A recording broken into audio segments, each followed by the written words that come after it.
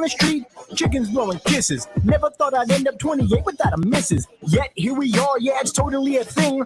Making this movie about my life in quarantine. Started out hype, living life as a pirate. Then it got eclectic as time began to riot. Filmed my thoughts, what a terrible idea.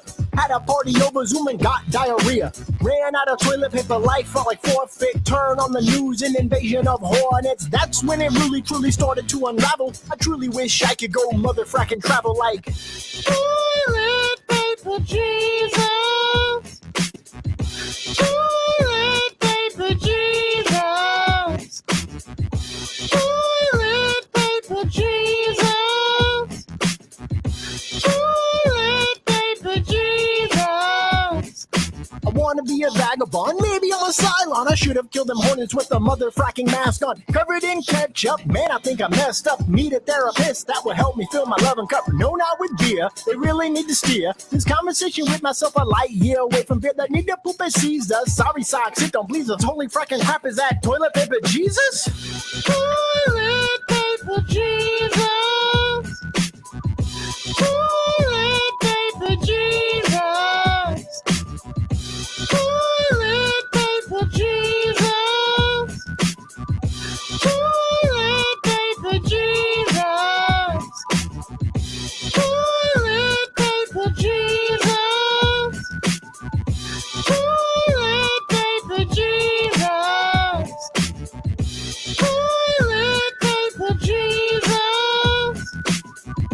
Toilet paper Jesus.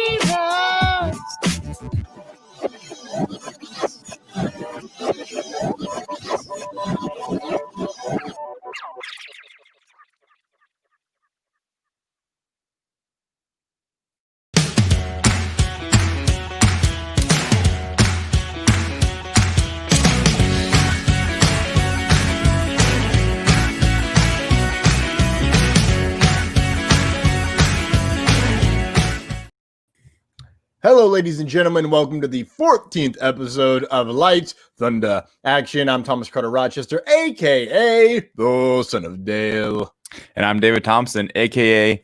it has been 369 days since we've had an MCU release date. It's a sad, sad world we live in, but we're getting through. I think it's going to be exciting how we have all this time off, because once it's back, it'll be back and rolling, and I'll be so appreciative of it. I think more than I ever was, because I think we got a little spoiled there for a while, and we'll be spoiled again because they have a lot coming down the pipe. And we'll be talking a little bit about that coming up soon. A little bit. A little tiny bit. David, how you doing today, man?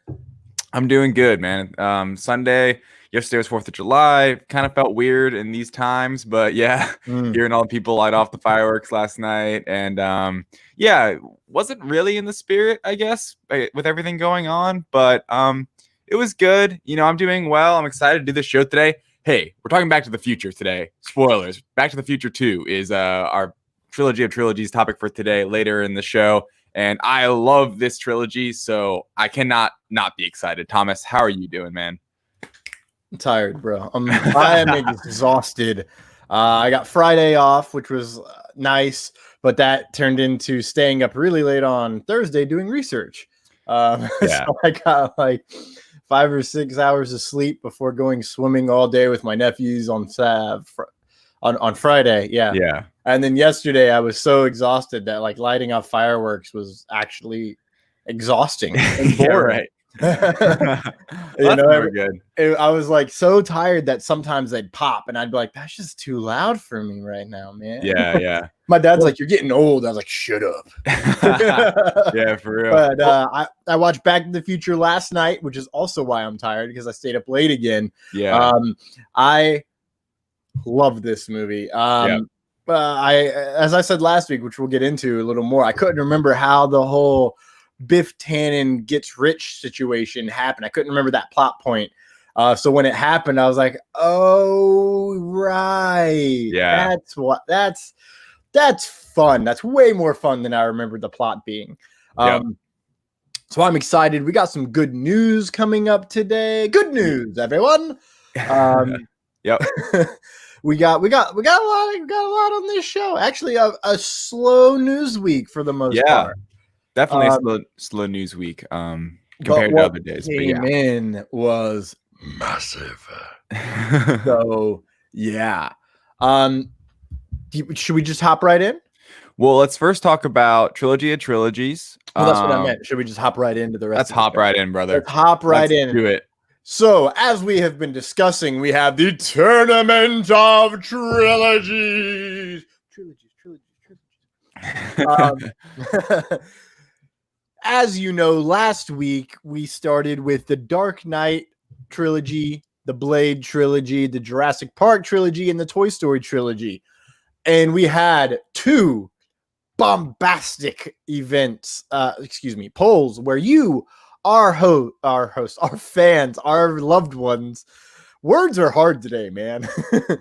You all voted, and now it is time to reveal the drum roll, please. I should have queued up a drum roll. It's cool. Here we are so far. So far. The winners between Toy Story and Jurassic Park was Jurassic Park, a winner by just a mere single solitary vote. We also had the winner between Dark Knight and Blade was by a landslide. Landslide. Yeah, you guys love the Dark Knight trilogy. You guys murdered Blade. Like you threw him out in the light and injected him with pure vampire blood. It was like 29-8 or something. Was a bombastic landslide. So now this week, live as of 2 minutes ago, you can start voting between Jurassic Park and the Dark Knight trilogy. And that winner will come down to our winner's spot.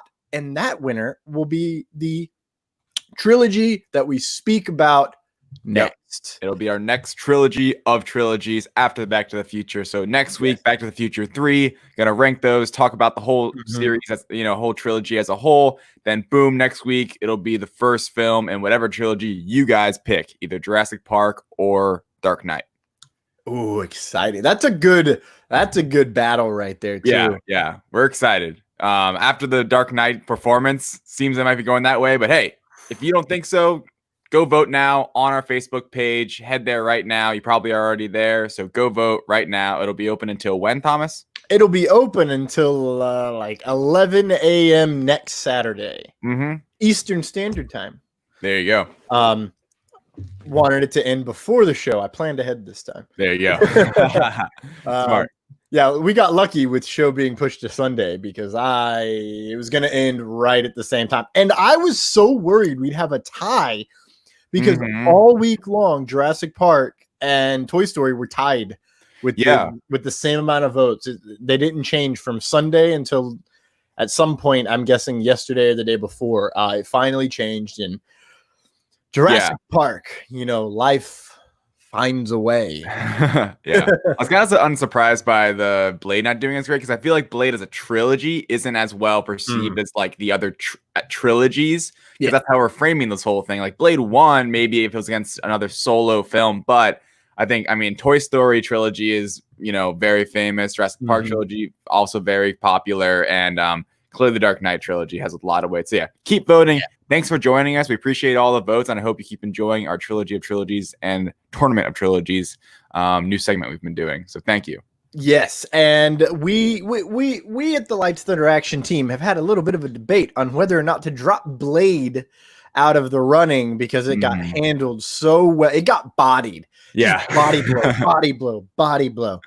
So leave us your thoughts in the comments. Send us a message whether or not you want Blade to stay or you want Blade to drop out, and we'll bring in two new trilogies for the next tournament round.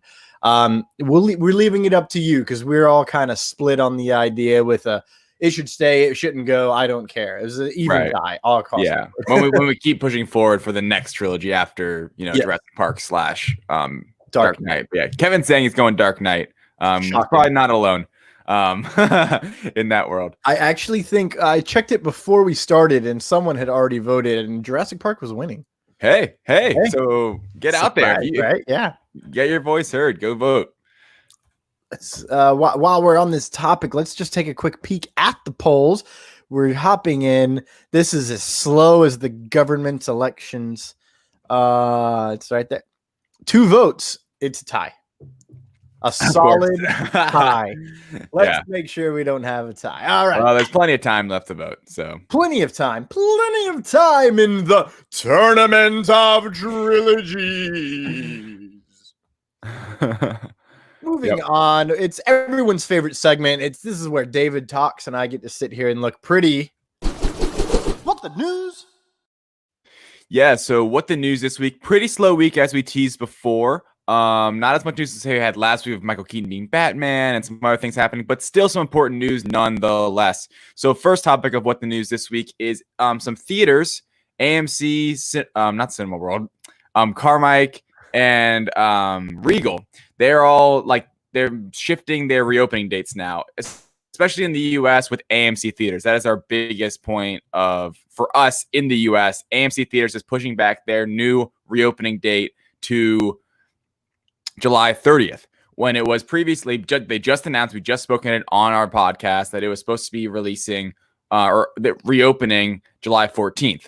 So AMC, I think with the uptick, I think it's been a mix of both the uptick in coronavirus positive cases and also because of that, the pushback from Mulan and Tenet release dates. So they don't really feel the need to open as quickly because they just need to be open for those big movies that are coming out. I gives them a little more time to get ready and put in those procedures. So yes, AMC theaters in the United States will now not be opening until July 30th. In the UK, if you're a listener from the UK, the theater brand that owns Regal, they are now not opening until July 31st. Cineworld, sorry. Cineworld is the company that owns Regal, and they are now not opening until July 31st. So that's a bit of a disappointment, I guess, for, if you live in the UK, it was supposed to be July 10th. Now it's July 31st. Thomas, what did you think when you saw this news of the theaters pushing the reopening dates back a bit? I wasn't surprised. I believe yesterday was the new single total day record in the country for coronavirus cases or whatever. Yeah. And that was here in Florida. Shocking. Yay. Also, fun fact, the reason I'm really not surprised is they were saying every beach in Florida was closed. High fact of false. That's not a sentence. High fallacy, because our beach was 100% packed and there was not 6 feet between everyone. Yeah. There was hugs, and I'm pretty sure because it's Panama City, there was some nastiness going on. Because that's how things get done in this town. But yeah, no, I wasn't surprised, and everyone kind of up in arms. Well, if you test more, you're going to have more cases. That is accurate, but that means that if you don't test, you don't know if anyone has cases, and if you don't know, then you can't.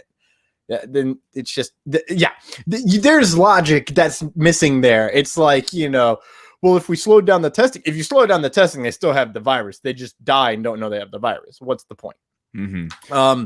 And I've been reading stuff where dying might be the best alternative, considering someone's had it for 5 or 6 months. 4 months or something like that. Yeah. And it's every other day is a totally different battle with it. Yeah. It's gross. It's totally interesting with the virus. Just kind of an aside, how it's so it's so widespread, and not widespread. That's a bad use of that's a bad word to use for what I'm trying to say. That people are being affected so differently by it. Some are asymptomatic and they don't feel anything. They never do, and they never will. And then they have the antibodies and all that. But then some people, like you said, some people have got it back in March, let's say, and they still can't smell right. They're still having issues. Mm-hmm. Some obviously have passed away due to it, and then some it's mild. You have it for a week and you get over it. So that's what I think is one of the most scary parts of it, is how various the symptoms are, and how it depends on who you are, and what kind of strain you get it, or all that different stuff. So yeah.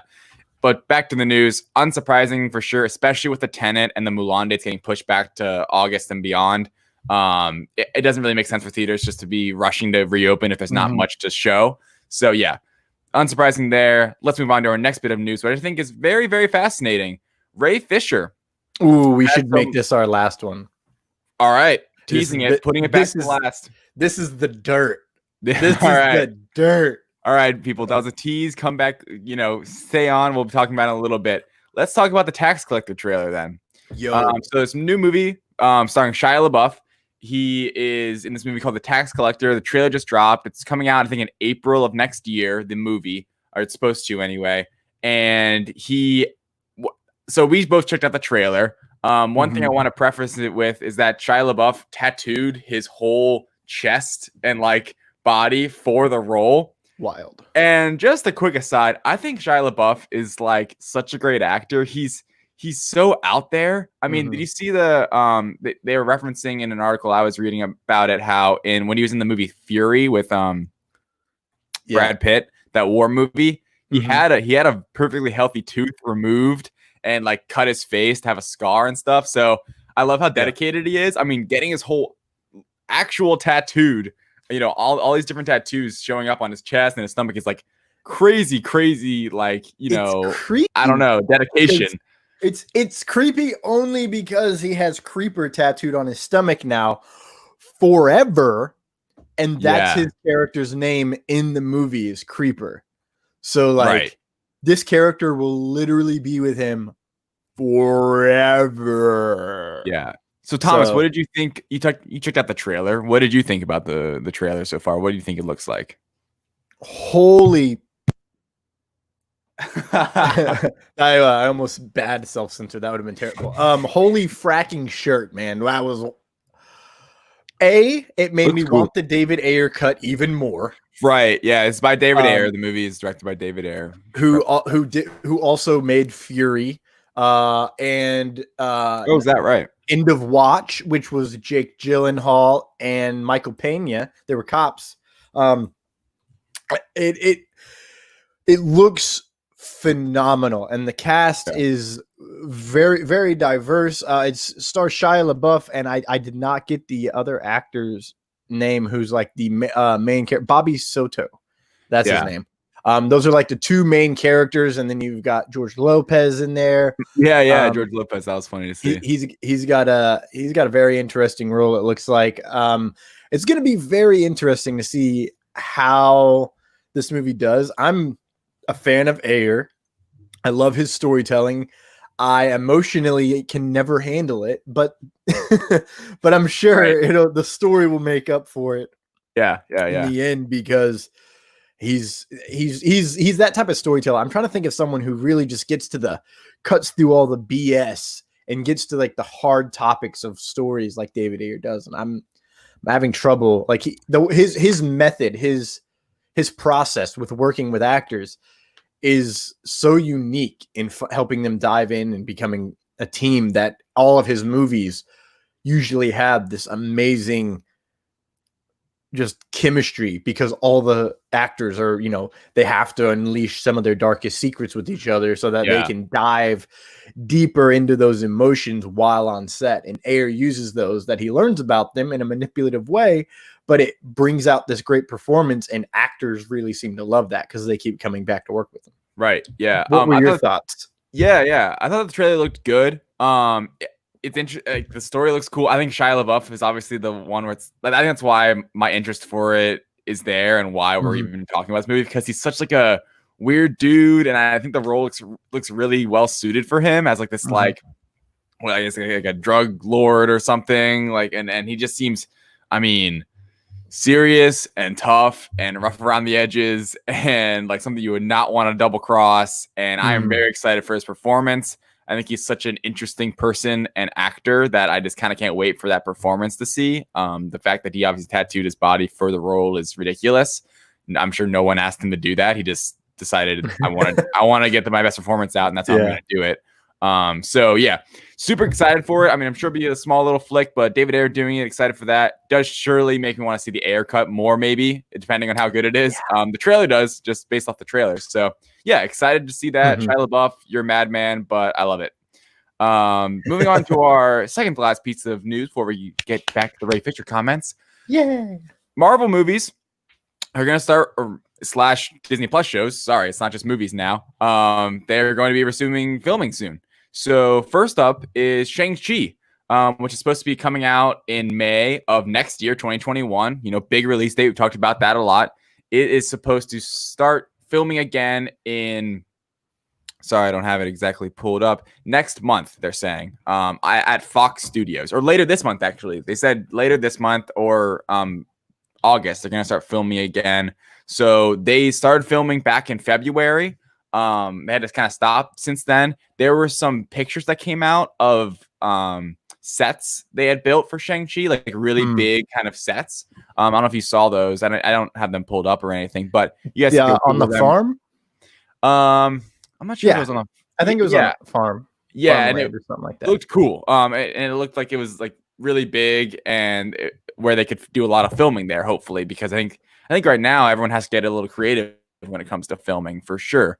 I know even just recently it came out from Sony. This isn't really part of what the news, but basically is that Spider-Man, they don't really know when it's going to, Spider-Man 3, they don't know when it's going to start filming because they don't know about Uncharted. We've kind of talked about this before, but it kind of came out that they have no idea. They have no date for when Spider-Man 3 will start filming, which is a bit scary, but it's kind of the world we live in right now. So that stinks, but with, movies like Avatar 2 getting back to filming and hopefully Shang-Chi soon, Avatar 2 is in New Zealand. Interesting stuff. And then on top of that, so also Falcon and Winter Soldier, they are supposed to get back filming very soon. They had to go back to check, and they, because of being able to travel right now internationally, that I think they're getting like an exception or something. I believe that's what I read. So they should be getting an exception. They were filming in Georgia, and they will be again as well, but they don't have much left to film. And I think what's kind of most interesting about Loki 2 is also going to start filming again as well. Sorry, I should have mentioned that. But Falcon and Winter Soldier, I think most interesting about that is they don't have much to film left, and they have Disney Plus has not said they have pushed back the release date, which is still supposed to be August. I mean, next month. So Thomas, what do you think about all this news, them getting back to filming, and what do you think we'll get Falcon and Winter Soldier still on time sometime in August? Yes. You do? Okay. I do. Why? Well, because they've said that they're almost done filming, and they've been filming it like a movie, and they've got, most of it done because they do weekly releases, and they've had all this time to get everything cut together. They were supposed to go to the Czech Republic, and that was going to be, I think it's like 9 days they have to film there. And then they're coming back to film in Atlanta. The rumors August for that, but they're going to be at Pinewood Studios, which means they're on most likely a sound stage. Right. So that could end up being, we have all of our episodes that we have cut together as best we can, and now all we need to do is add our pickup shots, putting a cup down here, putting this down there, picking up, doing that over here. I think that'll be mostly what's happening in Atlanta, those last minute fill-ins. And I think that for the most part, they can release 1 or 2 episodes of Falcon and Winter Soldier while they have others ready to be done. Yeah. I think that is very feasible. Because The Boys is all done, and they're not going to be binge dropping that anymore. We said, they're dropping 3 episodes, and then from there it's weekly, like a hybrid. Yeah, exactly. Mandalorian's a weekly, so they have. My assumption, my gut tells me they have at least 2 or 3 episodes already done. Yeah. Right. So I would say I'm a little more pessimistic about it. I think maybe it depends, because we don't really know how much they have left to do and how much of post they have to do on those shots they are shooting. I think that's the biggest question mark. It's like, all right, are you shooting only like for episodes later in the series, or is it earlier ones? Or if you're shooting, whatever you're shooting, does that need to be, how much editing or how much post are those shots going to need? Or can they be more plug and play? Are they just like supplemental or complementary shots, not like big set pieces that are going to need a lot of post work and you have to send them off to the computer graphics team and the CGI team. So I think that's the fact that Disney's been hush hush on what's happening makes me optimistic, I guess, because they haven't said anything. They haven't, you would think with all the other announcements happening, they would be like, hey, but good point is that they don't have to rely on theaters being open to come out with this. Exactly. So I think that's part of it, that they're holding out hope. I think that they can get it done. I want them to really rush? Not really. Do I want Falcon and Winter Soldier in August? Yes. Which is completely contradictory, but it's it's true. And I'm like Mandalorian, they finished filming. They're going to have all this time to sit on it, do post, and release it in October. Do I want Falcon and Winter Soldier to almost need to rush the last few episodes to finish it? I'm sure they have a plan. I'm sure they know exactly what they need to do. So in that sense, it makes me happy. Also, Anthony Mackie recently said that he described that as a 6-hour movie, less of like a TV show and more of a 6-hour movie, which sounds great to me. That's exactly what I want to hear, to be honest. So I'm really excited for it. And I think it would be a great start to, this next phase 4 of the MCU. It may not be a movie. It may not be, Black Widow. It could be Falcon Winter Soldier. And the initial plan was for it to be Black Widow, obviously, then Falcon Winter Soldier. And I guess if they'd come out with it before, that would mean they weren't really very connected. And, they didn't have much planned for any kind of like setup or crossover or anything like that, which, normally we do see in MCU projects. But this one could be different. Or they could you just rearrange a few post-credit scenes and we're all good. So, I'm very excited. I'm excited for Shang-Chi to get going again because that's going to be the big release of next year. So hopefully, May 2021. Can't wait to see that in the theater. I just can't wait to I was talking to some friends. I can't wait to just be able to go back in on a Thursday night and see a Marvel movie again. That's something I really miss. Beyond just it being a while since an MCU film's coming out, just being able to go in a theater in general. It's like step 1, get back in a theater. Step 7, get back to the MCU. Because even with Black Widow in November, I'm getting a little pessimistic about how that'll really look, even if theaters are open.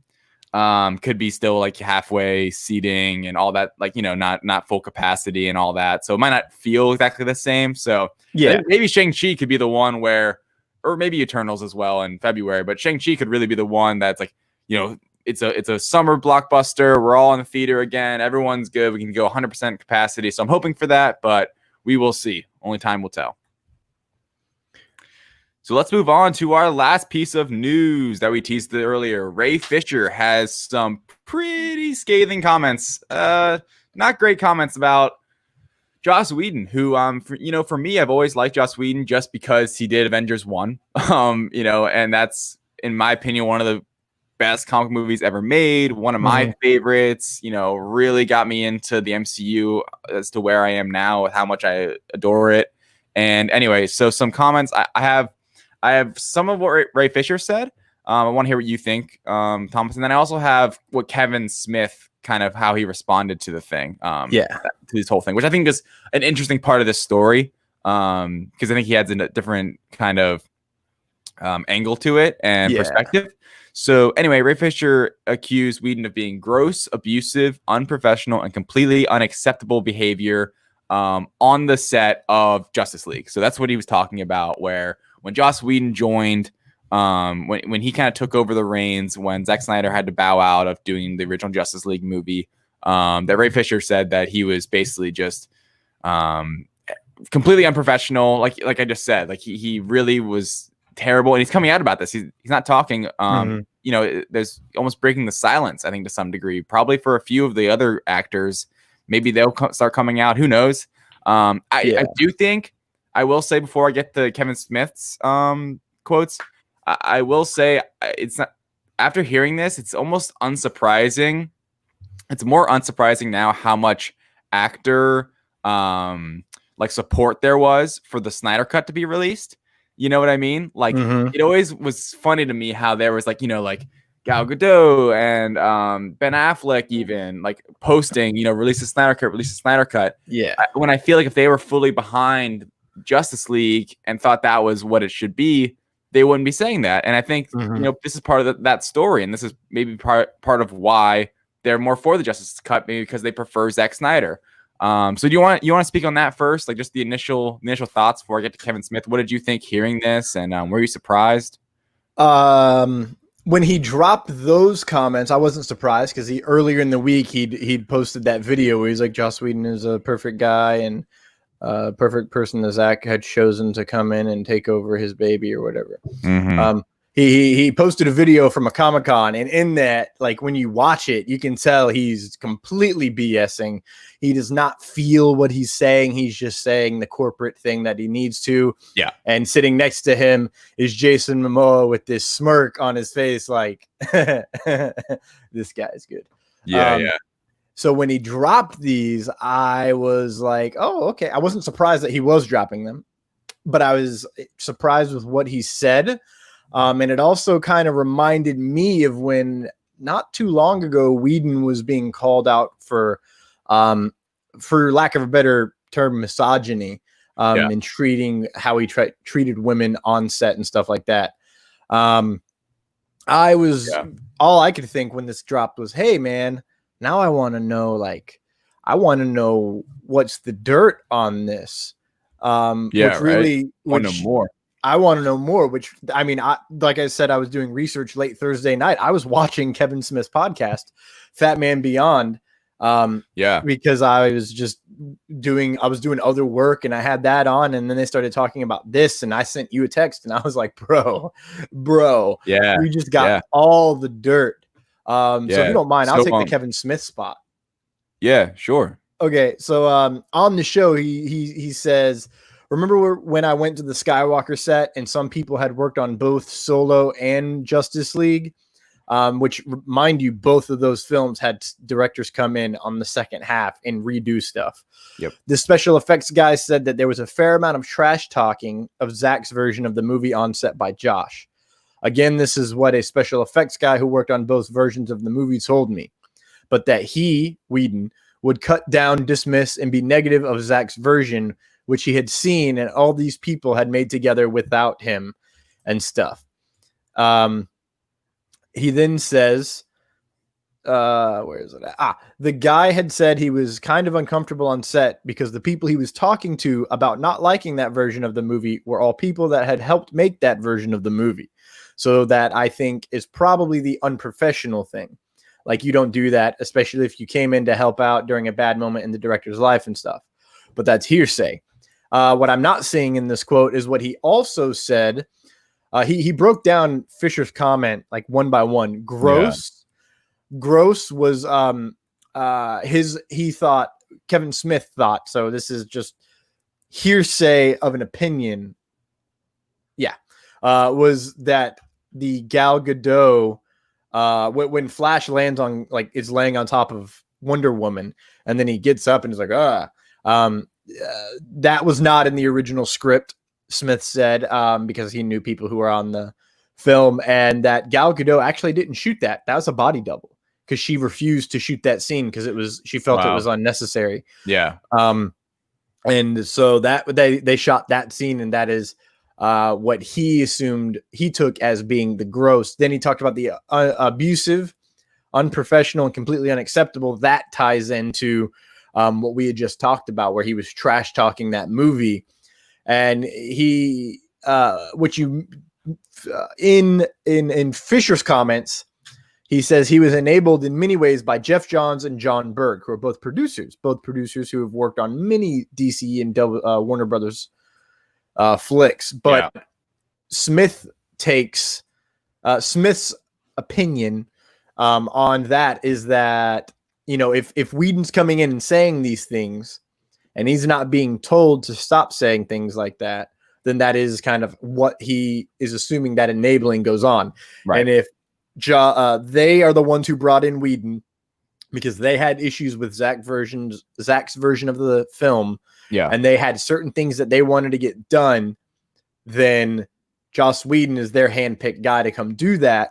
So that way, you know, not calling him out and not, you know, doing something about that unprofessionalism as a producer is enabling that behavior. Yeah, exactly. That's kind of what I got out of reading those comments. And you obviously were listening to it live, or, you know, the audio version of the podcast. And it's just I'm just a little grossed out by the whole thing, to be honest. Like, I'm just a little, and it makes me feel kind of weird. Like, I don't know. Joss Whedon just doesn't seem like a great guy, really, after reading all those things, and it stinks because it's someone that I've always kind of, I don't know if looked up to is the right word, but like had in a higher light because he brought it, really because he got us Avengers. You know, like he made Avengers, which is like nothing short of amazing. You know, like I mean, just he made the first superhero collective like come together moment in film of that scale, and that's nothing to like I don't know, it's a big deal. And for me, like this goes way beyond that in the sense of it's like this goes to his character, not his filmmaking. And that's the whole point. And like, who cares about the filmmaking at this point, which is a shame because that's what we want to talk about. I want to talk about the fun topics and just the filmmaking and the script and the directing. But it's like, this is just like, it just seems toxic, really. It just seems like a toxic environment on set. Very much does sound that way. And you imagine how those people who are working on Justice League specifically, because that's what we're kind of talking about here, weren't for it and were for the Snyder Cut and didn't have a great time. It always kind of felt that way, and we didn't really necessarily always know why. There was a certain joy missing in that movie that they tried to kind of make, and missed. You know, and it wasn't off. Yeah, they missed, and it never really felt that authentic. So who knows that actually really contributed, but I think maybe to a certain degree, it just not a good situation. I'm happy it's coming out though. I think it's important. Yes. So I'm glad that Ray Fisher has, been like they'd come out and say these things and kind of is like shedding light. Yeah, shedding light. Not, I'm sure, surely going against what his publicist might be telling him to do. But hey, I appreciate it, Ray, and I think others do too. So, and my final comment on this is Mark Bernardin, who's the co-host of Fat Man Beyond, said that now more than ever is the time to start separating the art from the artist. Yeah. Because like modern day television is told because of Joss Whedon, the big bad. Buffy the Vampire Slayer was the first show where it was every week was a different bad guy, but they had a big bad of the season. And there are, like, in modern day filmmaking and storytelling, Buffy the Vampire Slayer and what Joss Whedon was doing is so incredibly important to how it evolved. And considering that we have these comments coming out with Whedon, I mean, this can date back decades, Martin Scorsese talks crap about Marvel movies because he doesn't think they're cinema, but some of his movies do nothing but glorify violence in some areas. So it's like, I mean, and there's always the debate when it comes to the art of things. Exactly. And it's always perspective. Art is subjective. 100%. But the thing that's not subjective as much is comments and actions by people in our real world. Yeah. For the most part, people are going to have a very strong opinion of that. And the idea of boycotting something, like say everyone wants to now boycott Avengers 1 and they don't want to talk about it and do it because of Joss Whedon. I say that you're denying every other person on that movie the opportunity to be recognized for their hard work, because one guy, sure, it was the guy that was mainly in charge of the movie itself, but one guy is a dick elsewhere in the world. And I think that, when it comes to the cancel culture and, cancel this, blah, it comes down to,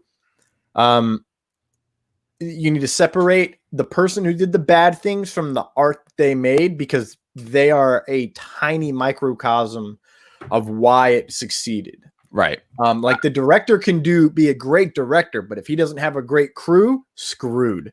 Yeah. You can, some directors can get by with not great actors and turn them into great because they get what they need out of them. Or, some can't do crap without good actors. So it's all very different. Every movie, every film, every show is entirely a group project. And a lot of people think that it's like it kind of is like a school project where some people do all the work and then only certain people get the credit. But it's more of like a genuine group project where everyone's doing the same amount of work. It's just different style of work, and everybody gets the credit.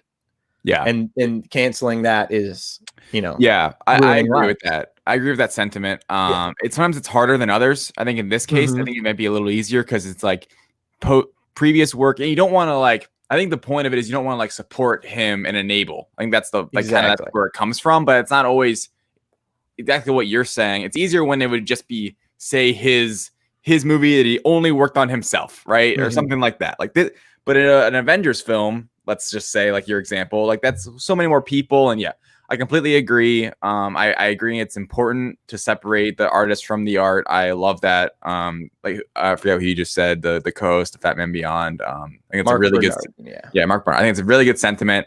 So yeah, and hi everyone in the comments before we get on to yes. Speaking of comments, Terry says it's strange how the cast of Buffy and Firefly talk so highly of Joss without having a bad word to say about him.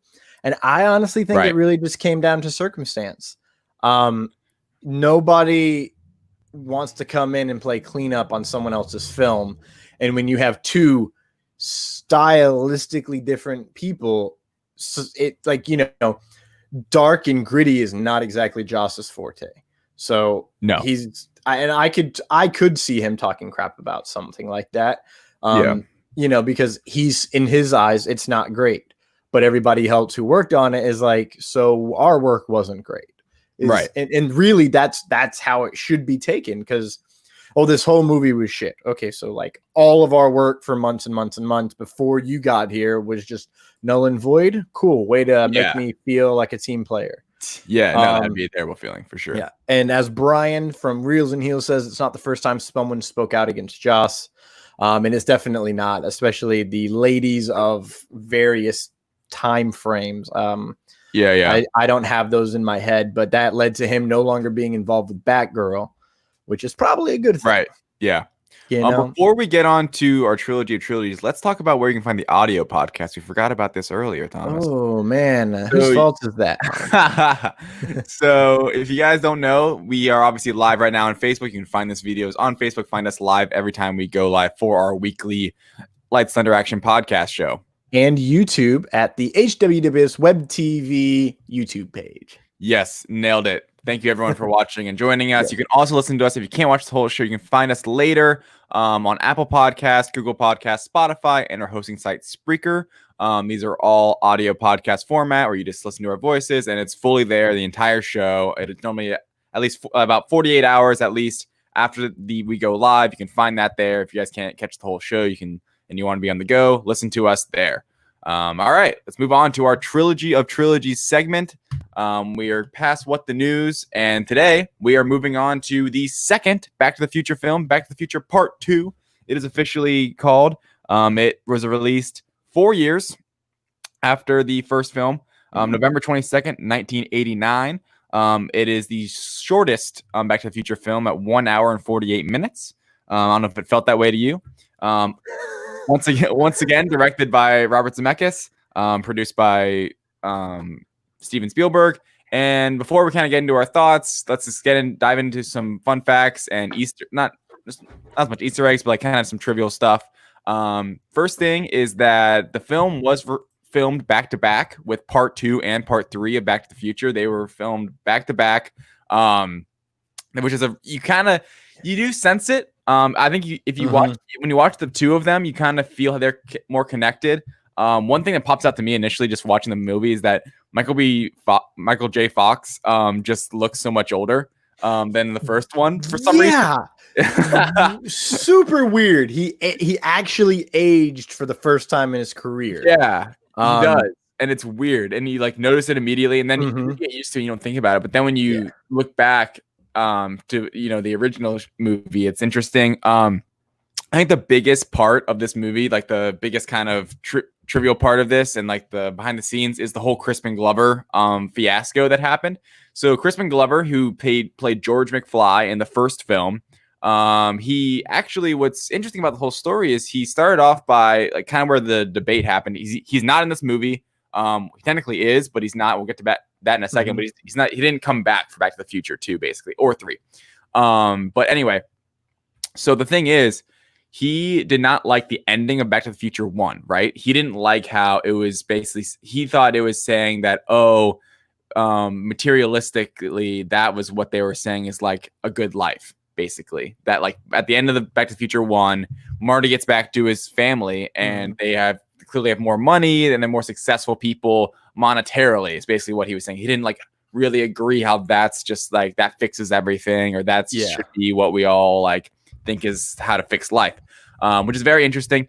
And because of that, in his second, I respect that take. Yeah, I respect it too. But the problem was when he was doing his negotiating his contract for the second film, he wanted a clause in it that could say he could approve the script. And obviously the filmmakers were like, no. Yeah. And he would not budge. So he was not in the film. He also wanted more money because Thomas Wilson and Leah Thompson were getting paid more than him. So it was more money.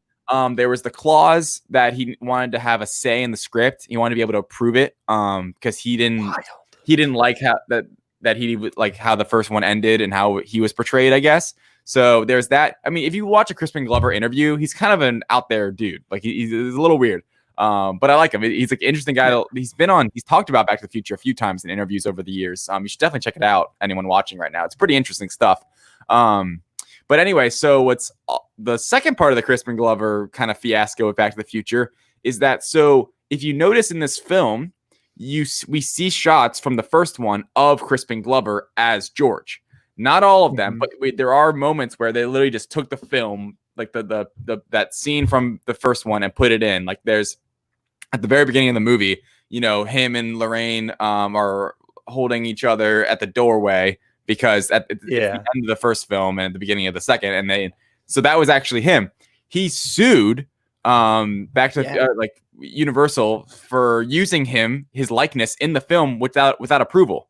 So he sued for that. And they also, if you notice later in the film, when it's George McFly upside down in 2015 in Marty's house, they used Crispin Glover's like face like prosthetics on the actor to make it look more like Crispin Glover, which was also part of the lawsuit. So it's pretty crazy. Another part of the Crispin Glover aspect is that we're just kind of dive sort of all around in the plot today, but part of it is that later in the movie, in the alternate 1885 or 1985, sorry, like the alternate universe, or the alternate one, the bad one, George McFly being dead was only put in so that because Crispin Glover didn't return. They had a script ready with Crispin Glover being in it more as George, with George McFly being in the film a lot more. Wow. And then they had to like rearrange it, and that was part of it. That was part of the rewrite after they knew they can sign him. So that's part interesting because that's a big point in the movie that his dad is dead and I think it's actually a pretty good part, honestly. I like it. It added extra emotional stakes, and I like when that part happened last night, I was like, oh my God, that's right. They totally killed him off. And I was like, that's what David was saying last week. I remember now. And then like his whole fight to trying to save the present was so well done that it's like, wow, dude, I can't even imagine what this movie would have been like without George McFly dead, because it's like, oh, I want to change it, but it's like, my dad is dead, and if I fix this, he's alive again.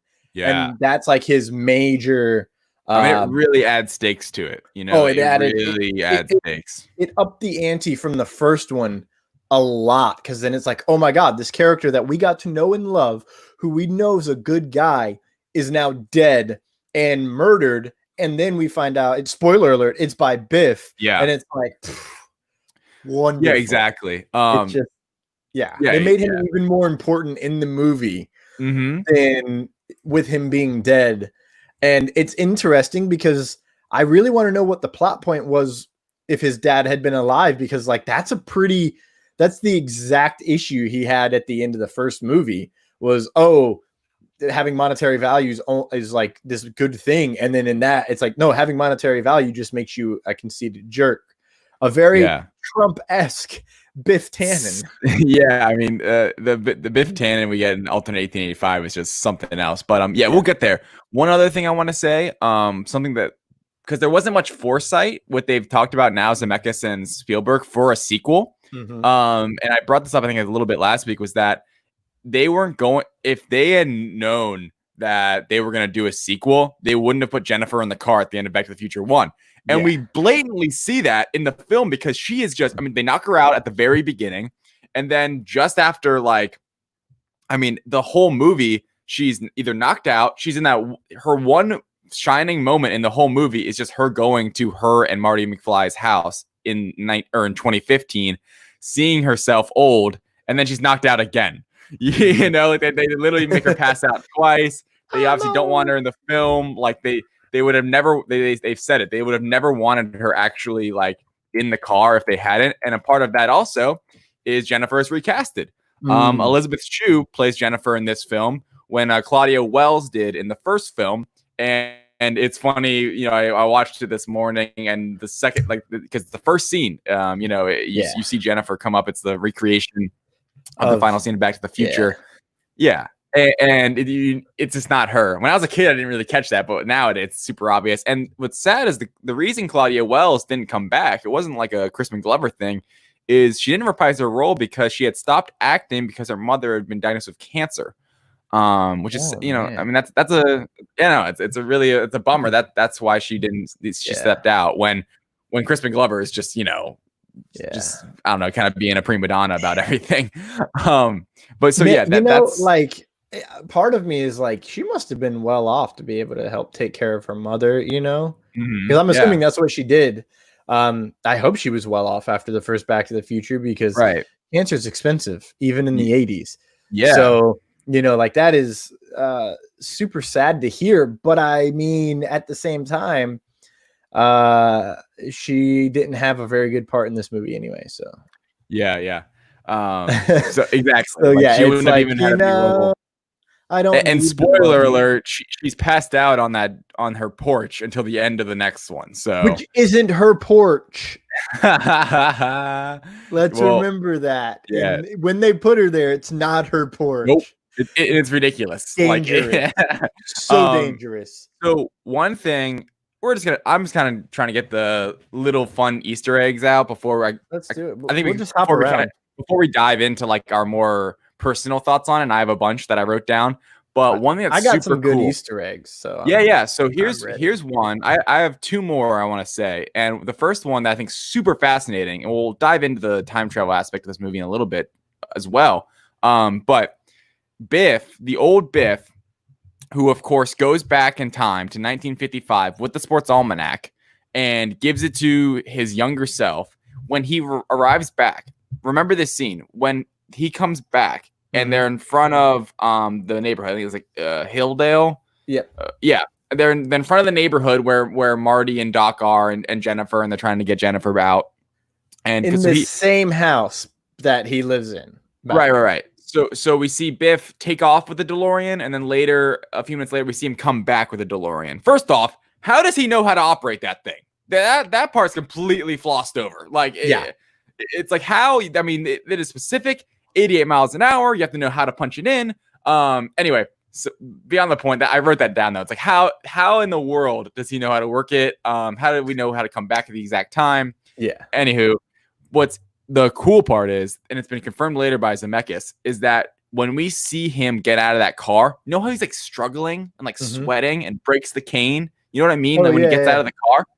So what was happening, super cool, like fact. He's dying. He's dying. Yeah. Like it's like when Marty at the end of of Back to the Future 1, when like we're seeing his hand, it's the same thing.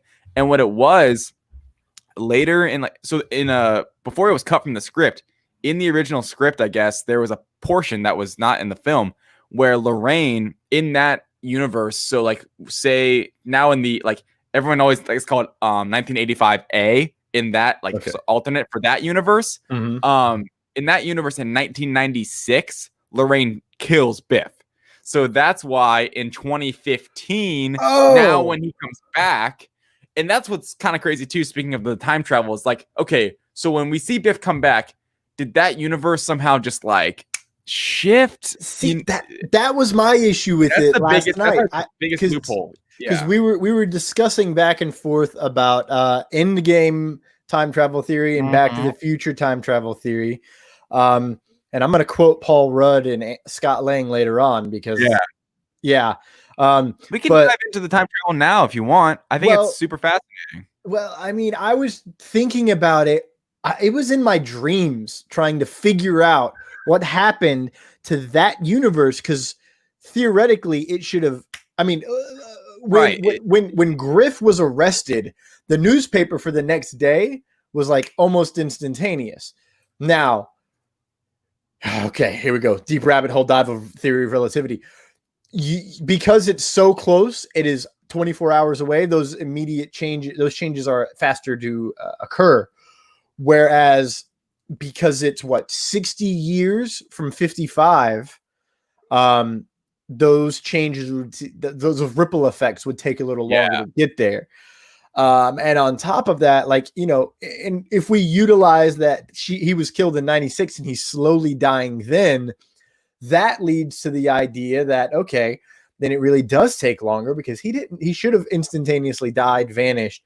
But if we use Back to the Future 1's time travel theory, it came down to the precipice of moment where the parents had to kiss. And that was the start. Like that saved the brother, the sister, and Marty. And we were just watching them slowly fade in the picture, kind of along with the plot. But in this one, it's so hit you in the face that you don't get time to absorb the effects and the rippling, especially of Biff Tannen's biffing it up. And like right after he gets out of the car, they get right back in the DeLorean, like soon after, and zoom, they're back to 1985. And that part's really interesting too. Speaking of the time traveling, so let's just kind of break it down. Like on Endgame, time travel, because this is the biggest, like in our lives, it's like Back to the Future time travel, like how it works and then how Endgame works. And that's and they mentioned it in Endgame. They were like, hey, Endgame, like, the Paul Rudd line, Ant-Man saying it's a bunch of BS. And it's so funny because I prefer the Back to the Future format for time travel. It makes more sense. Clearly, it's less complicated, obviously. It's obviously less complicated. Are you kidding me? Like, there's one timeline and you can only affect it.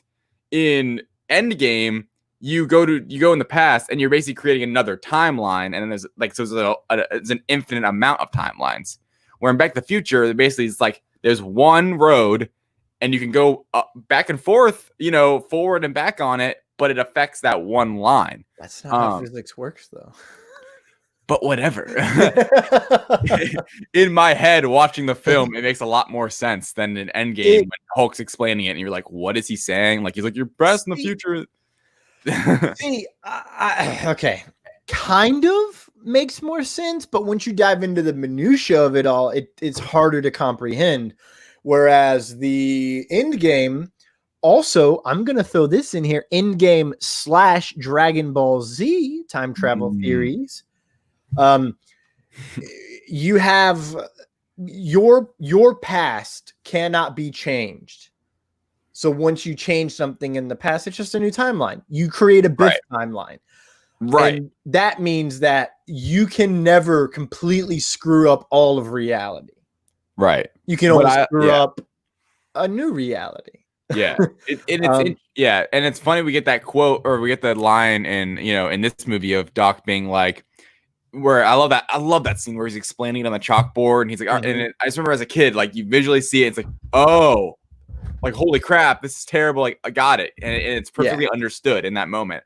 Where, I mean, I kind of critique Endgame in a way where when Hulk explains it, when smart Hulk explains it in Endgame, it's like you scratch your head a bit and you're like, wait, what did he just say? And then when you start seeing him do it, it makes more sense. But him actually like saying it wasn't as clear as like this, where, and what's interesting to me is how they change it. He goes back and changes it in the past, and then they're in the future, but they go back to the past and it's changed because it's all the same. And it's interesting when they get back to 85 and they meet up again because they've realized everything's gone to complete crap. That Doc is like, for everyone else, this is reality except us. Like this is reality for like except everyone else. They think this is normal except for us. And it's funny. Marty's first reaction, like, let's go back to the future and get Biff and stop Biff from getting and stop Biff from going back to 1955 where it ultimately ended up going. Yeah. And he's like, no, because if you go in the future now, like it's gonna be a wreck. We don't know how it's gonna be. So it's like, oh wait, we have to find out where.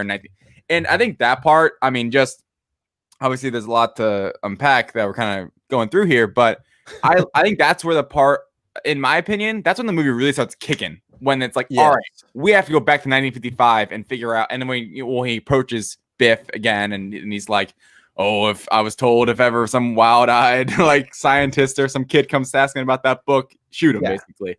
Yeah. That seems great. And then when they have to go back to 1955, I think just going back to 1955 and seeing Back to the Future 1 from a different point of view is super cool. Yes. It's one of those things where and that's the thing Endgame took also.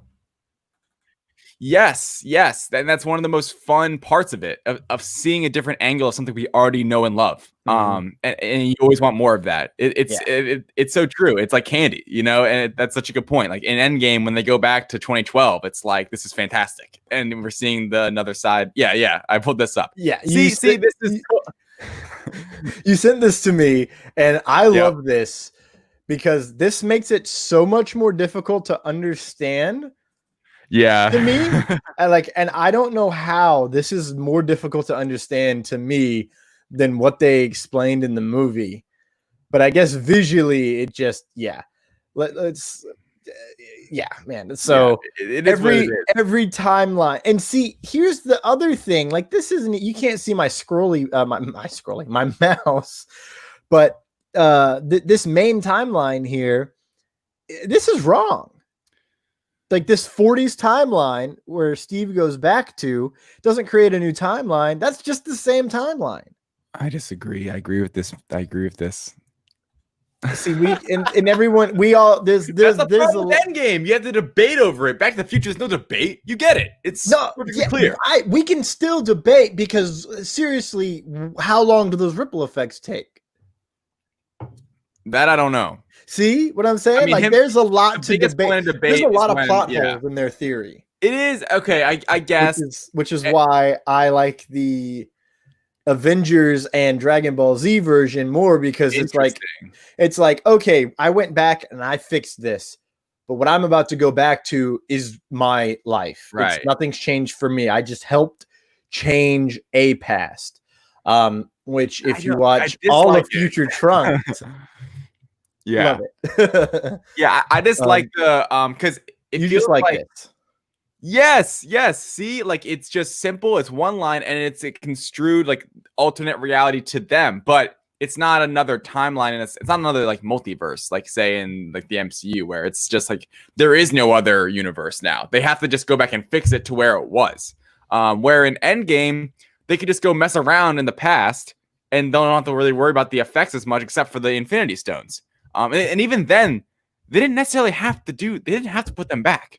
They were just worried about their timeline, their universe.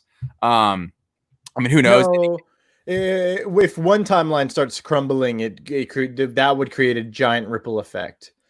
Well, because that's where it gets a little more complicated, and that's not explained. But I think no, it's not. But if you think about the Infinity Stones being reduced to atoms, which everyone's like, oh, they were destroyed. No, they're reduced to atoms. We can't perceive what they are. They still exist, just in an atomized format. So someone with strong technical ability and ability to shrink. So like Doctor Strange and Ant-Man having a little journey about the multiverse would be able to bring them back together. But even though on Disney Plus now, it does say the stones are destroyed. For whatever it's worth. Yeah, which isn't worth crap to me, because in the movie, I reduced the stones to atoms. Yeah.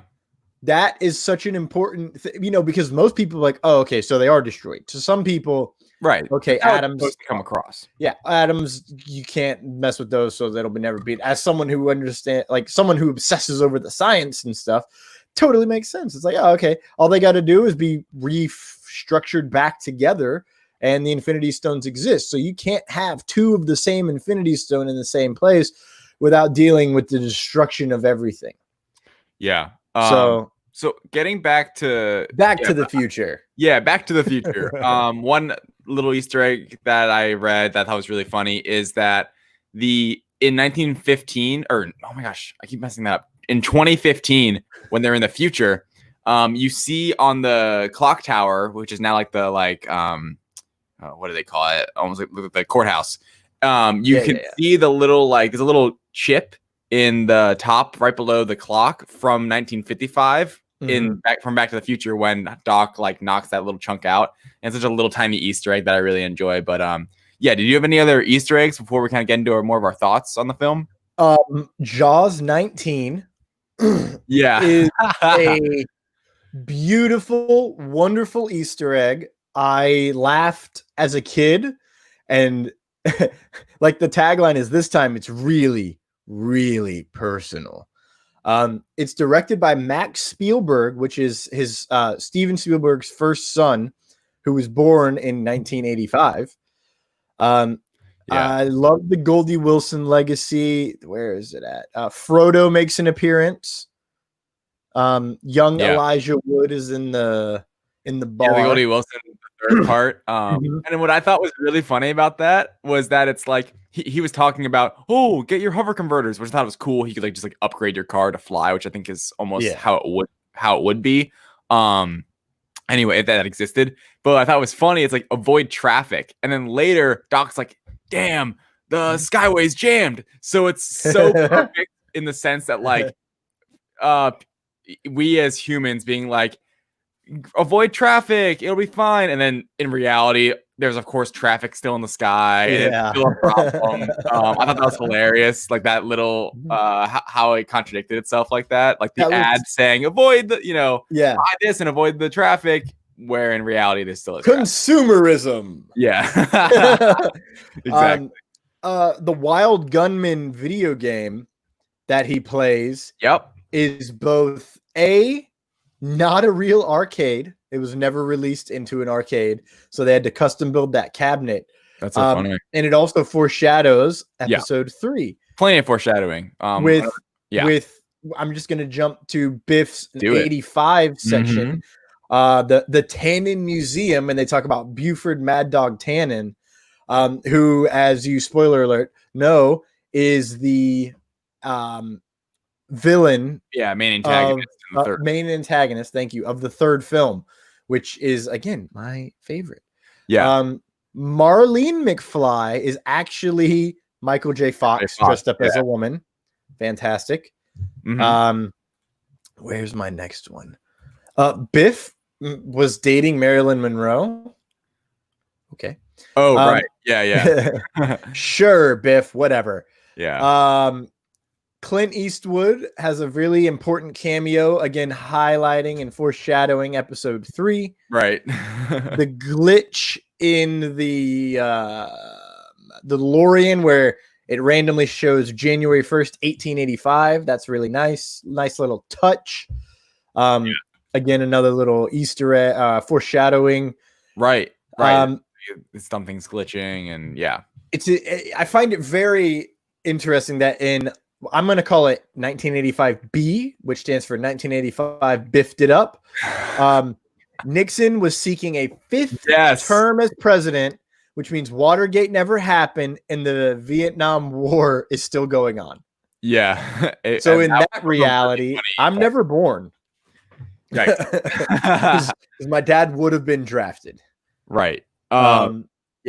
And that's my major Easter eggs. Those are good, especially there's a lot of foreshadowing for the third one, and that's where you kind of feel it with them filming them back to back, where they're trying to really set up the third one way more than anything was trying to set up.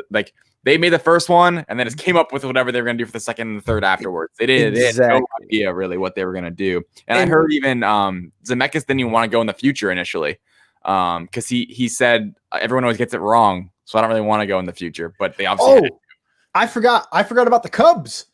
Yeah, the Cubs win it in 2015, and they lost in the NLCS in 2015, and then won it in 16. Yeah, it was so close. It was so close. Talk about amazing. That was just a fun little one that I'd forgotten about. But that guy Terry actually gives him the idea to go back into the past with the almanac, right? And then he's actually seen as a mechanic that gives Biff his car and tells him it's $300. It's like, that guy looks pretty old already, and then he lives another 60 years. Yeah. Okay. Yeah. Well, and yeah, that's a good point, because Scott. One thing I wanted to point out is that it brushes over you. I think maybe when I was first watching it as a kid, but the fact that Doc he says 30 years to his life, 30 to 40 years, something like that, at the beginning when he's like pulling off the face thing. He's like, oh, they did all this stuff for me. And that makes sense when we get to the end of Back to the Future 3 more, how Doc is kind of still, alive, living more like a fuller life. And it, like, because I remember seeing it's like, how does that make any sense? I don't want to spoil, no future spoilers. I don't really want to spoil the third one because I want to save it for then. We can talk about it right at the end with the trailer, because it's important to note of the date that the telegram was sent. Because I started thinking about that, and I was like, those numbers don't line up. So yeah. Oh crap! Remember when I guessed what it was? I don't even remember looking. Anyway, no, I don't remember what you guessed. Like last week, I was like, "Oh, I don't remember what I guessed either." Dang it, we messed up. Anyway, hold on, wait, fill me in on what your guess was about, because I'm not fully recalling. I think it was September 7th, 1885 is what I guessed the letter was from. Oh, you're wrong. Okay, it's awesome. It's definitely not from 1885. The letter that he gives to Marty at the very end. Yeah. They've been okay. So the Western Union had been sitting on that letter for 70 years. Right. Makes sense. 1985 minus 70 is 1950. No, they're in 1955. They're in 1955. No, damn, at the end of the you're movie. right. See, man, that's what happens when you watch movies late at night. You miss important details, like they never went back to the middle future. Nope. They're in. You're right. Okay. Yeah, okay. Exactly. Good call. Yeah, good call. Years. Yeah. So talking about you said it was September I said 7th? 7th. That was my guess. Okay. I forget when it actually was. I just watched the film. But anyway, doesn't matter. Talking about the future for a second. And one thing I think, kind of watching it back is the beginning of the movie is actually a little slow when they get to the future. In my opinion, there's not. I think what that's entertained more is just the looking around at the future and seeing like that the gimmicks and the different stuff that they guess what it'll be like, and it is entertaining, but it doesn't move as quick as, and it's not as tight right then at the beginning as it is in the first film. Let's just say it doesn't feel like every scene in that part is leading to the next or leading to what's different. There's not a lot of conflict. I mean, there is the whole thing with his kids, but we don't really care that much about that because it's something that happens in the future, and it's like we're not that attached to whatever happens to his kid and going in jail and stuff. And we get it's a problem and we're gonna fix it, but it's not that big of a deal. We're more fixed with what is the future. Like, it's so cool, and it's the same deal with him going in the past and now him in the future of him going around and seeing these different things. And anyway, I thought it was interesting. Some things they got right about the future I kind of wanted to point out, because obviously most of it's wrong. Yes. One thing I like is kind of the automation of stuff.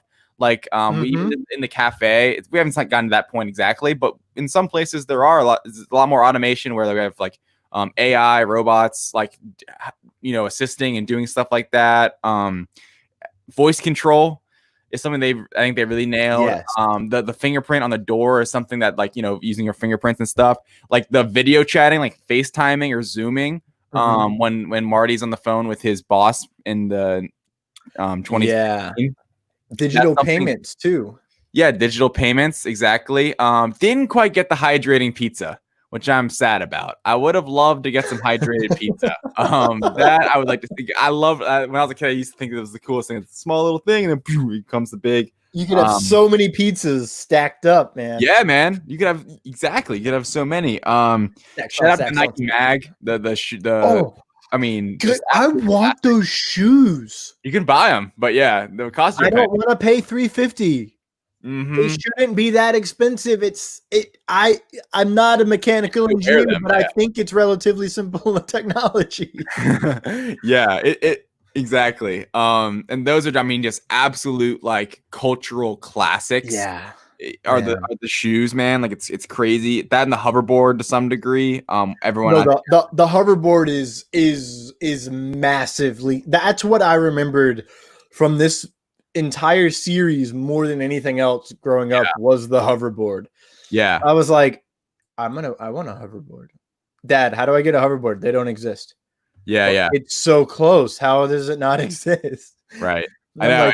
Like, and it's funny because you've seen people actually try to do it and it's like impossible. But anyway, one other thing I want to point out, it's like we see old Biff and then Griff. We get introduced to Griff, and it's like, where the heck is where's Biff's son or daughter? Like, where's the in between? Where's the Marty aged like Tannen family member? You know what I mean? Because Griff is Biff's grandson, and we never see that like in between the parent of Griff and the the child of Biff, and we never see that person, but we just get that. It's a little quick little like thing I always like. Where you at? Yeah, it kind of bothered me always. I was like, where the heck's the other one? Like where's your dad? I didn't even think about that because I was like, yo, Griff sucks. I don't want to meet his dumbass parents. Yeah. He's got cybernetic implants. Why? I will say, and this goes for the second and the third film, Tom Wilson as whatever Tannen character he's been playing is great. And he does a great job of being able to be similar, but change his character to whatever he's doing. Like his Griff is a lot different than his young Biff. Yet they're very super different in age. He has the... I mean, think about going back to Back to the Future 1. We have the Biff from the beginning of the movie where it's 1885. He's older and he's a boss of George. And there's that Biff. There's the 55 Biff. There's the 55 Biff. There's the other 1885 Biff that is like the car repair, like the waxer. Car. Yeah, exactly. There's that Biff that we see at the beginning of this film. There's the 2015 old Biff. There's the 28 or the 18 or the the 1985. You're confused on this simple time travel story. You talk about Endgame. Well, I'm just messing with you, man. Yeah, it's impressive, right? In this movie, he's Griff, young Biff, super old Biff, middle-aged Biff, twice. So he's 5 characters in this movie, which and all of them are so different. Like exactly. I actually like my favorite of those characters is the old Biff. Oh yeah, he's like he hates his grandson, which I would too. So he's a total jerk, right? And then like he's our point of view character. Like Marty's our point of view character for most of it, but then when it comes back to the cycles of rehashing what we already know, McFly versus a Tannen, he's like, there's something very oddly familiar about this. Yeah, and I love like, hey, yes. I love all of the scenes that I think it's kind of like the soul of these movies a bit is when they go back and kind of do parallel scenes to the previous movies behind them, like the chase scene with the hoverboards in this one to the chase scene in the last film, and I think that just adds so much of the fun to the movie. They never stray too far from what Back to the Future is. I mean, I think the second two kind of ride what the first one, the magic the first one had, and it works to some degree. And the third one, detours a bit more than the second. I think the second one is it's clearly more attached to the first, obviously. We go back to 55, which I think is so much fun. Which I think they only did that so they could tie it back into the first. Yeah. Because for sure. Especially when you look at the third one stands on its own.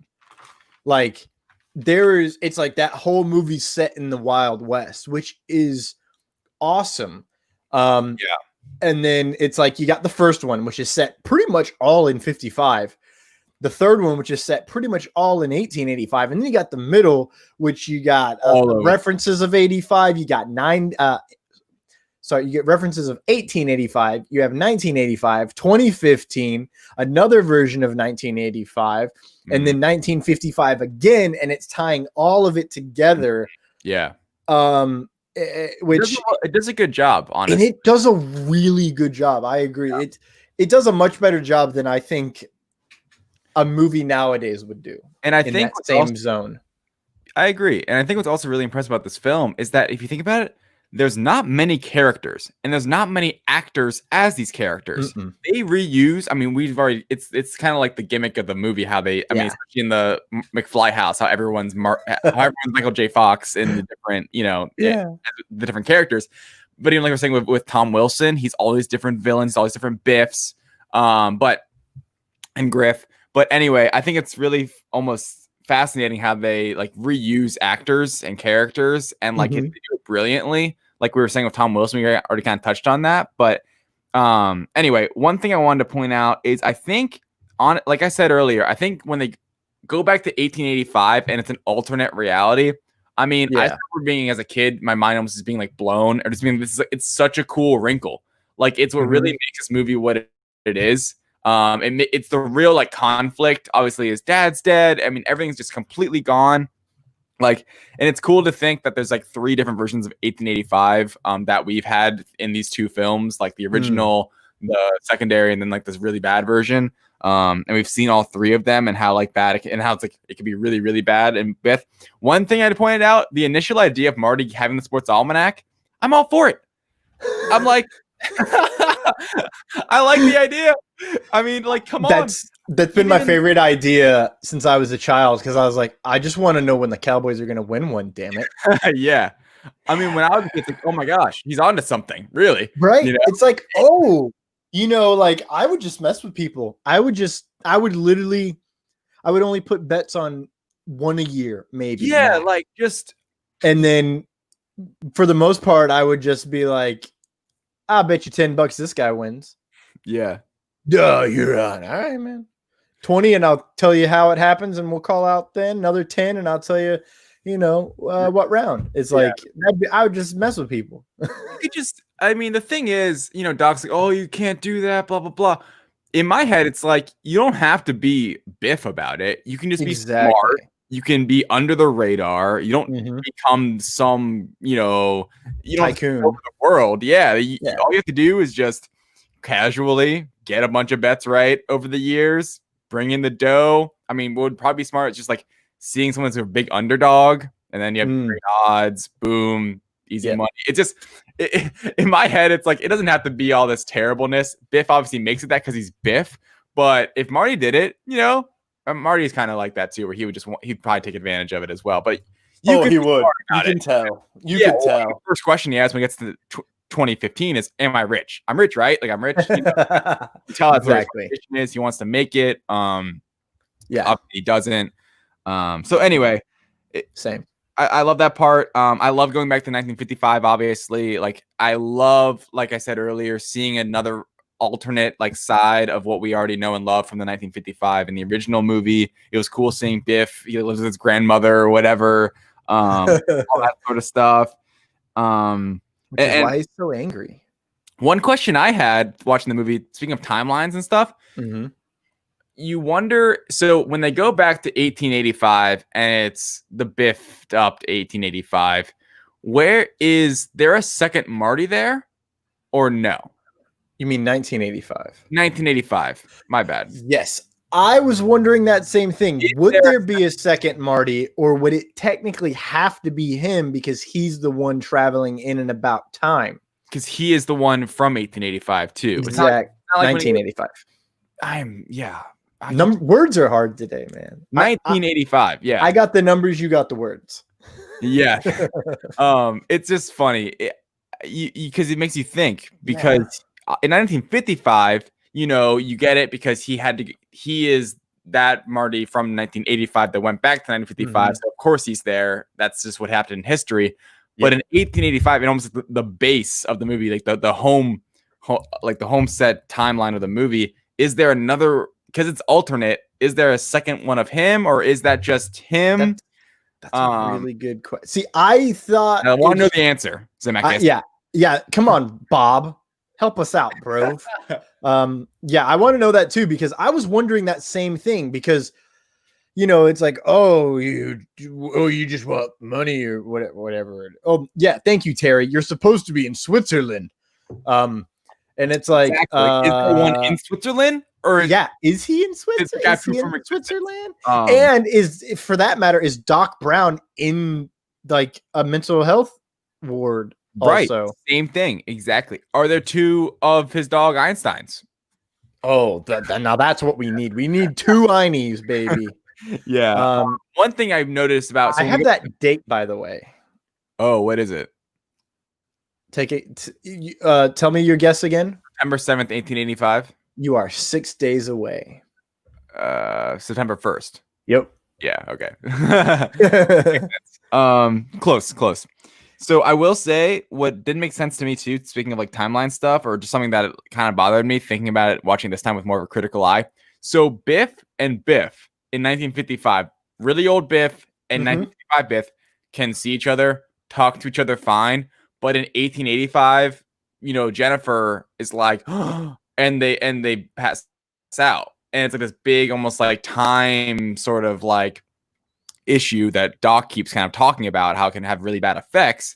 But in 55, almost I guess because they don't recognize each other, it doesn't matter. That's the explanation we get in the film. But to me, it kind of bothered me how they can just interact and speak and it's all good. And there's no repercussions for that when previously there was such. And even Doc speaks to himself. Yeah. I take it as Doc is wrong. Because he says it can be either this or that, and I'm like, okay, calm down, Sith McGee. It's not just this or that, it's that or that. Like, there's infinite possibilities it could be, and one of those possibilities is you can just tell yourself the future and be like, don't let this idiot do that stupid thing. Oh, okay. Which we kind of find out from Jennifer, learning from super old Lorraine, who would be 80-ish. Yeah, the 2015 Lorraine. Yeah, 2015. And it would be very interesting to see how what would happen if Jennifer remembered all that stuff.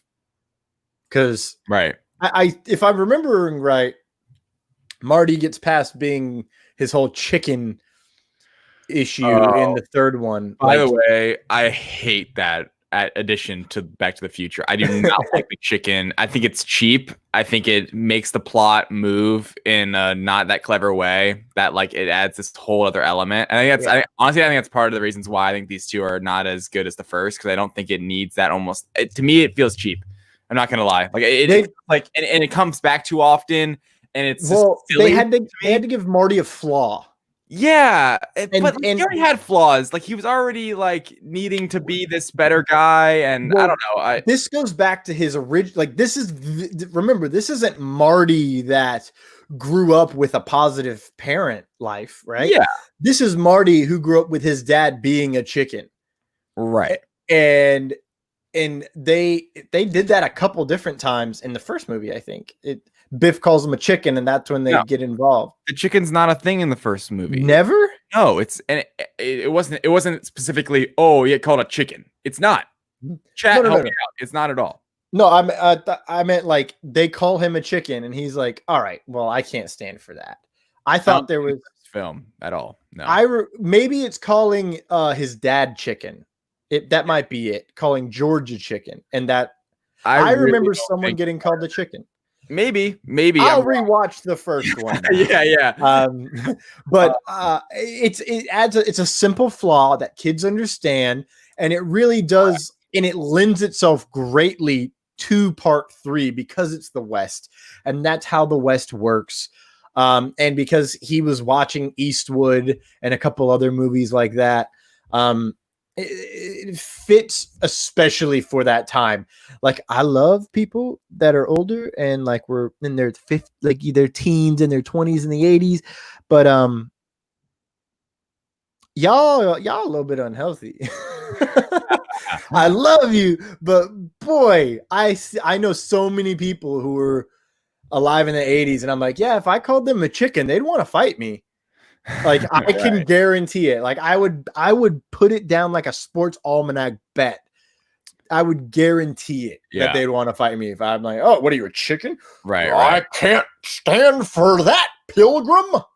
Yeah, I just don't know. It like maybe there was a part in the first, but it wasn't like a specifically they shined a light on that specifically. You know, it wasn't like a moment, and you see it throughout this film and the next, and it kind of frustrates me. I don't think it's that clever. Like, I get it. It really, I mean, when you're a kid, it makes sense. It's like, okay, but where like that chip on the shoulder wasn't really there. He defended. He fought Biff in the first one because he like felt like he was like that Biff was just a jerk, just because he was a jerk, not because he egged him on. You know, not because like Marty needed to be egged on.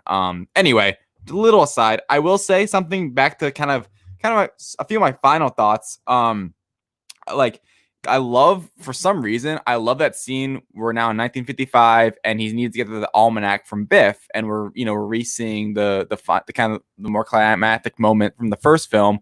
And there's that part with Strickland in his office, and where he gets his hand smashed, and he's like, he has to sit there and he's waiting to get the book from Strickland, because Strickland got what ended up being Ooh La La from Biff. It wasn't actually the real book, but I think that scene has such a like nervousness to it, and how he has to be quiet, and it's like it's probably like 2 minutes, but I think it's like I just love that scene for like just watching it. I love that scene. There's a lot of like really raw tension there, and you really, at this point, the stakes are really there, and you really want him to get the almanac. And then it's a huge letdown when it's not the almanac. You really feel it, like, oh my gosh, it's not even it. We got to keep going, keep moving. And then, of course, he gets out, and George is right there to knock out Biff. I love that scene. I will say, Doc getting struck by lightning is completely ridiculous. It's like, what? Just land the car, man. Just land the car. He said why he couldn't or whatever, but it seems like he could have just. I mean, it's in the DeLorean. He seems like he could have just kind of like hovered right down. It's not like you're landing a plane. It obviously just is to push the plot forward to the next film. It's not a big deal, but for me, that maybe could have been a touch more clever. He just gets struck by lightning and he's gone. But just I mean, this is a nitpick. I will say, and that's kind of my final thought. The guy from Western Union delivering the letter in 1955 to him is so cool. Still, it's like such a cool. It makes you think like, oh, that's how it could work. He's in the past, and that just happened. But now it has such a cool. I don't know. It makes me feel like it makes it so unique to me. It's one of the most cool moments, I think, of like the series, to be honest. And it like makes you think about time travel and how it really works. And really, as a kid, I always was like in wonder about that part, and it made me almost feel like something's really is like fantastical happening right now. So that's pretty much it. I think. And like my last really thought on it is we get a recreation of when the DeLorean sent back to 1885, and Doc connects the wires, and Marty all of a sudden comes out, the other Marty, and he goes, I'm back from the future. That's just another fantastic line and a great shot. Like this, they do a great job of ending the first two on like really good lines. Like classic lines, I'm back from the future. That's a fantastic line. Like, that's just brilliant to me. So that's pretty much my thoughts on the second one. Really love it. Obviously, next week when we talk about the third, we can really talk about it as a whole a bit more. I think helps with this film because it is the middle one. And it does a lot of setting up and a lot of rehashing of the old one, like we've kind of talked about. But yeah, I love it. Obviously, like, me, I love this franchise in general. So what were kind of your final thoughts? I had so many. I'm gonna go back to the Western Union thing. I'm trying to find the clip because I want to hear him mention. I want to hear the exact line because he quotes off 70 years, something time. but I'm trying to. I think I'm double check. I want to double check because I think they messed up their calculations. Oh, also I started timing things when he'd be like, oh, this will happen in this many seconds. Like the rain will stop in 5 seconds. Yeah. I went back and re-recorded it like 4 times. I redid 4 different times just because I kept having an issue. Like my light would go off and the dog would bark. There was fireworks going on. She was scared. Safety first and all. Yeah. So here we go. I'm listening to it right now. This is the scene from the end of the Back to the Future 2 with the Union guy going back. Yeah, exactly. Let me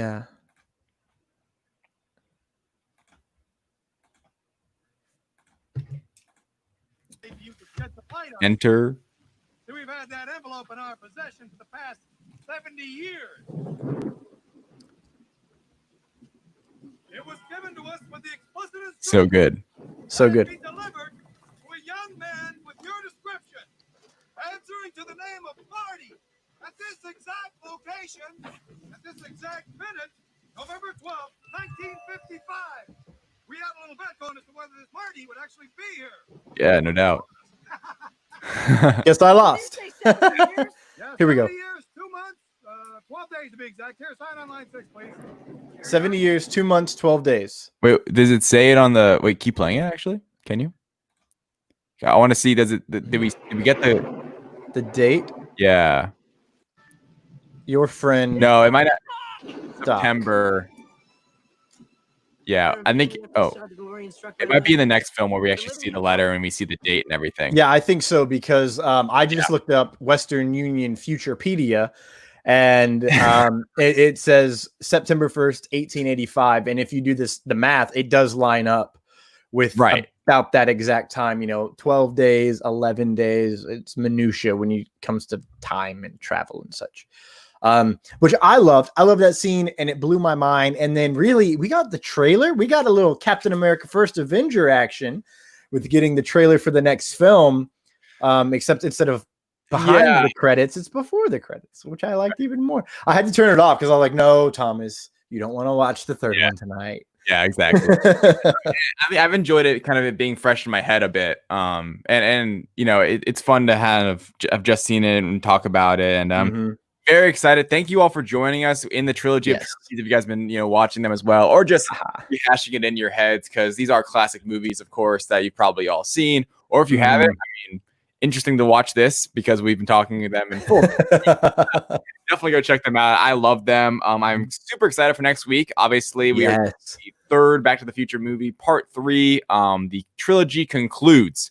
And I cannot wait. And then next week we'll be doing whatever you guys vote for, whether it'll be Jurassic Park 1. The week after. Yeah, the week after. Right. You're looking ahead. Looking ahead. You're so far ahead, it's next week. I'm just got to go back to the future. You just got to go back to the past, future, past, futures, past. Future. Yep, biffed up. Oh, you biffed it up. So we're going to go ahead and we're going to get ready for closing. David, where can everyone find you on the social medias? Yeah, sure. You guys can find me at my name, David Thompson, on Facebook, David J. Thompson on TikTok and Instagram, and then David with 2 A's in the David Thompson on Twitter. Thomas, what about you, man?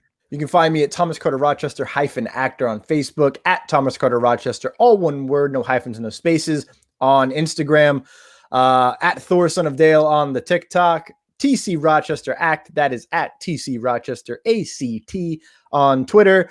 Lastly, you can find me on Life of Thor on YouTube at Life of Thor. Now it's got acting clips, voiceover clips. I'm working on expanding it for it basically becoming my resume.